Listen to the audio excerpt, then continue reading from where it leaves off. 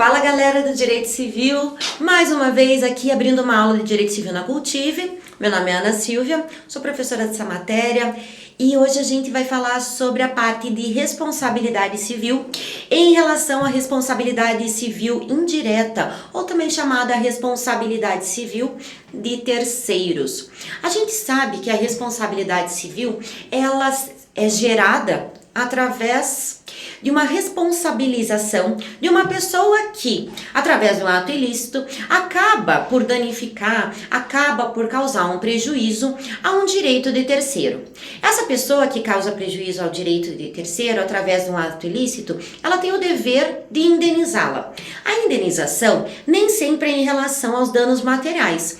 Sempre um exemplo utilizado, fácil para a gente entender, é quando eu saio de casa e bato no carro do terceiro, passo rápido do lado dele e arranco o espelhinho do carro. Tem um dano de terceiro? Tem. Teve uma conduta ilícita, um ato ilícito pela minha parte? Teve. Naquele momento, gera para mim uma responsabilidade. Essa responsabilidade é o meu dever de indenizar. Eu vou ter que indenizar o dono daquele veículo em relação aos danos materiais que eu causei a ele. Mas vejam, nem toda a indenização, nem todo dano, na verdade, melhor colocando, nem todo o dano é de ordem material. Nem todo o dano afeta o patrimônio do terceiro. O dano também pode atingir os direitos da personalidade, daí falando de danos morais. Só para a gente fazer um remember aí do que é responsabilidade civil. Passada toda essa primeira partezinha, rapidamente, a gente entra então na responsabilidade civil de terceiro. Esse tipo de responsabilidade está previsto no Código Civil no artigo 932. O artigo 932 traz pra gente as hipóteses em que uma outra pessoa, que não aquela causadora do dano, vai se responsabilizar pela indenização, ou seja, vai assumir para ela a responsabilidade civil daquele dano causado, mesmo que não tenha sido ela que nem que não tenha sido ela que fez o ato ilícito. A partir desse pensamento, a gente consegue começar a imaginar quem são essas pessoas que têm para si a responsabilidade civil em relação ao ato de uma outra pessoa, em relação ao ato ilícito de uma outra pessoa. Pela simples leitura dos incisos do 932, a gente consegue ter uma ideia clara. A gente pode, para colocar na nossa cabeça, para a gente não esquecer num dia de prova, a responsabilidade civil de terceiro é aquela que os pais têm em relação aos filhos. O inciso 1º do 932 fala exatamente isso. Os pais, pelos filhos menores que estiverem sob sua autoridade e em sua companhia. Os pais, eles têm o dever de assumir para si a responsabilidade pelos atos ilícitos praticados pelos seus filhos menores. Por quê? Pela força da lei. Não é porque não foi convencionado entre pai e filho, não foi através da vontade das partes, mas sim porque a lei disse que os pais assumem a responsabilidade através da responsabilidade civil de terceiro dos atos ilícitos cometidos por esses menores, né? Inciso 2º do 932 traz a responsabilidade civil do tutor em relação aos seus pupilos. O inciso 3º, o empregador em relação aos seus empregados, quando eles estiverem agindo a serviço, quando eles estiverem a trabalho. E o inciso 4º fala sobre os donos dos hotéis e hospedarias, que também assumem a responsabilidade civil em relação aos seus hóspedes. Por fim, o inciso 5º fala que os que gratuitamente houverem participado dos produtos do crime assumem a responsabilidade civil em relação àquela quantia do produto do crime que foi aferida. Então veja, a gente não precisa decorar todos os artigos, todos os incisos do artigo 932, não somente desse, mas de todo e qualquer artigo dentro do Código Civil. A gente tem que entender e saber a essência. Por que os nossos legisladores optaram a colocar aqui a letra da lei como ela se encontra hoje? Os menores, eles não podem ser responsabilizados pelos seus atos ilícitos. Eles não podem ser demandados, imagine, para pagamento de uma dívida, por exemplo, ou eles não podem ser demandados em relação a um ato ilícito causado a um terceiro, saindo do direito contratual e vindo para uma responsabilidade aquiliana. Se um menor está dirigindo, por exemplo, e causa um acidente, quem responde são os pais, são os seus representantes legais e não a própria pessoa, não aquele menor. O nosso Código Civil, para conseguir explicar a responsabilidade civil do terceiro, ele adotou a teoria do risco.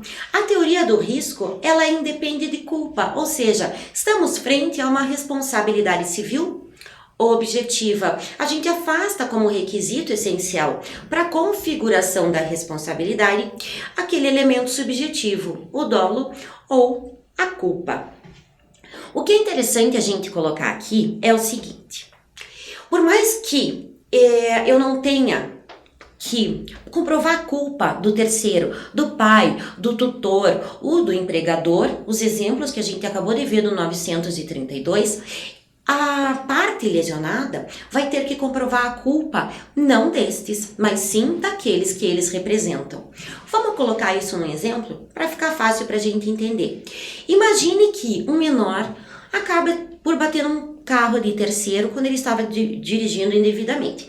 Existe um ato ilícito efetuado pelo menor, feito pelo menor? Tem. Quem que responde civilmente em relação ao menor? Os seus pais, ok? Os pais, para eu cobrar aquele meu prejuízo material, eu não preciso provar a culpa dos pais, mas, por outro lado, eu tenho que comprovar a culpa do filho, eu tenho que dizer que ele é culpado por aquele ato ilícito, por aquele prejuízo que foi causado por terceiro. Então, na verdade, a gente não pode falar que estamos frente a uma responsabilidade com culpa presumida. Ele presumidamente culpado. Não, na verdade, a culpa tem que ser comprovada em relação àquele que efetivamente provocou, que efetivamente efetuou o ato ilícito. Sendo comprovado dessa forma, eu posso sim responsabilizar o terceiro, que no nosso caso concreto, no nosso exemplo, são os pais, para pagamento dos prejuízos causados à vítima.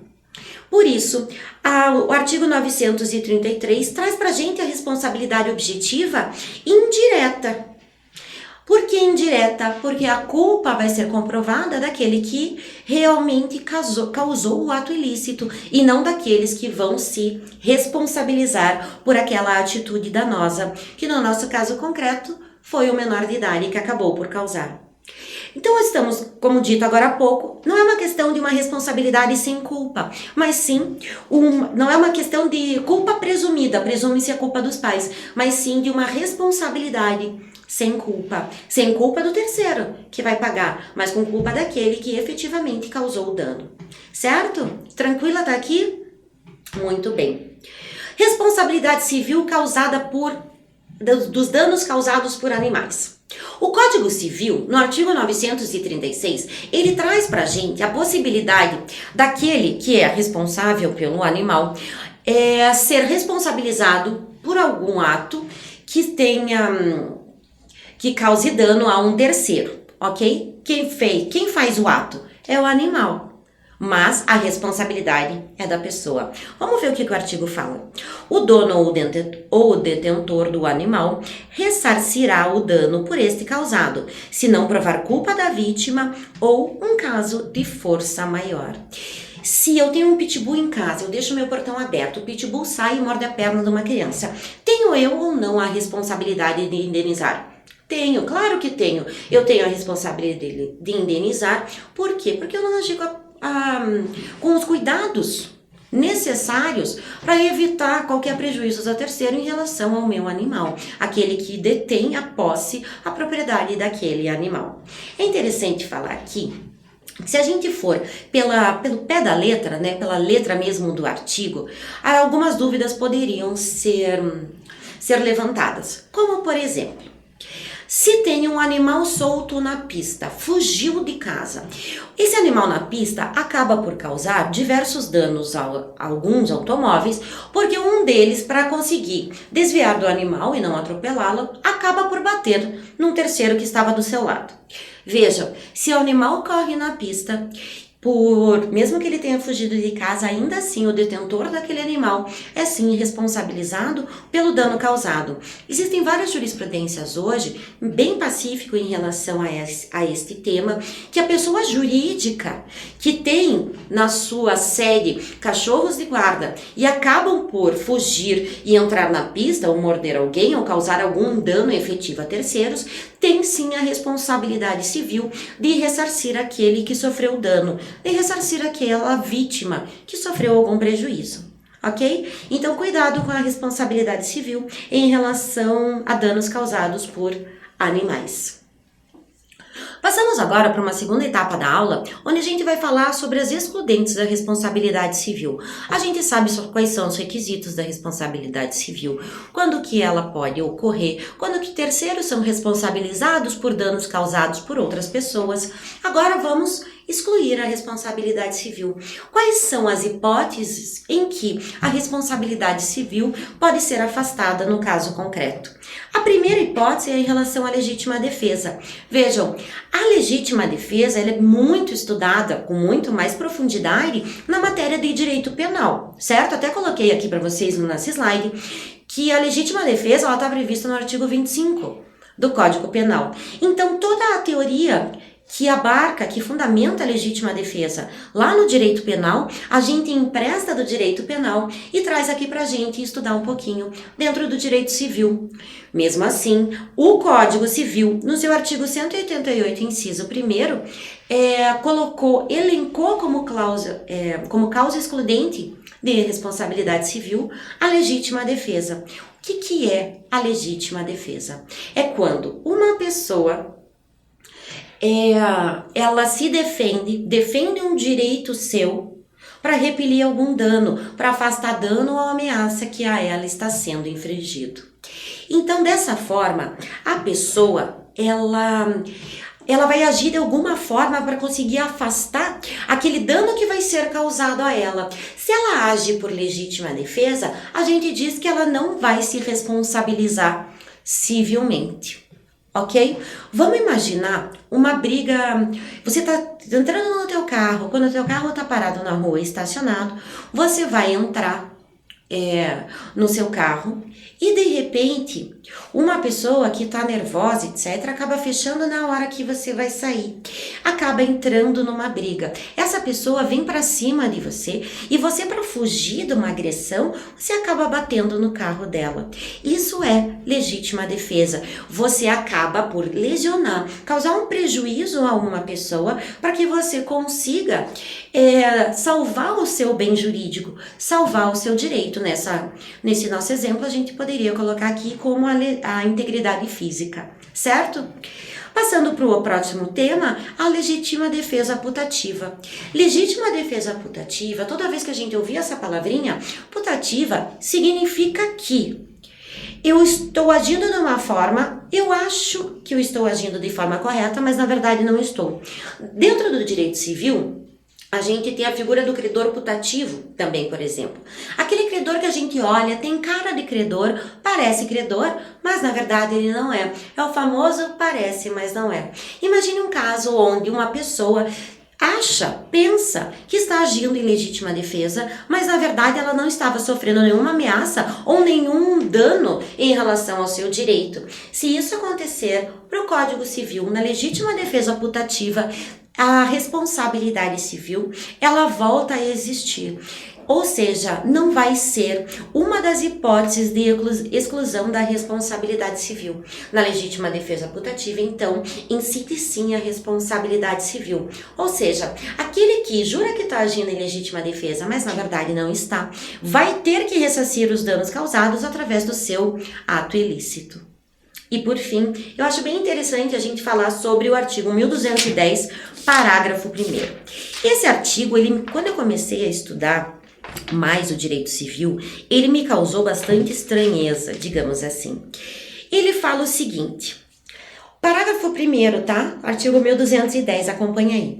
O possuidor turbado ou esbulhado poderá manter-se ou restituir-se por sua própria força, contanto que o faça logo, usando os atos de defesa ou de desforço não podem ir além do indispensável à manutenção, restituição ou conservação da posse. Olha só, vamos trocar em miúdos esse parágrafo primeiro.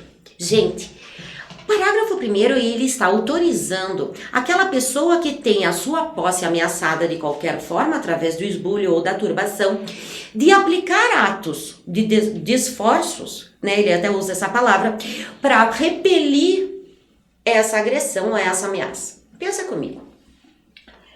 A autotutela no direito, ela é existente? Na verdade, não. Vamos começar pelo começo? O que é a autotutela? É você fazer o direito pelas próprias mãos. É você trazer a vingança sem procurar o judiciário. Isso é totalmente afastado, totalmente proibido pelo nosso direito.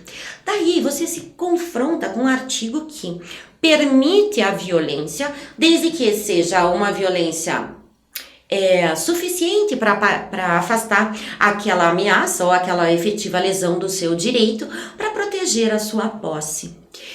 É um artigo, ele é muito, eu acho que ele é, dentro dos nossos fundamentos do direito civil, eu acho ele um pouco controvertido.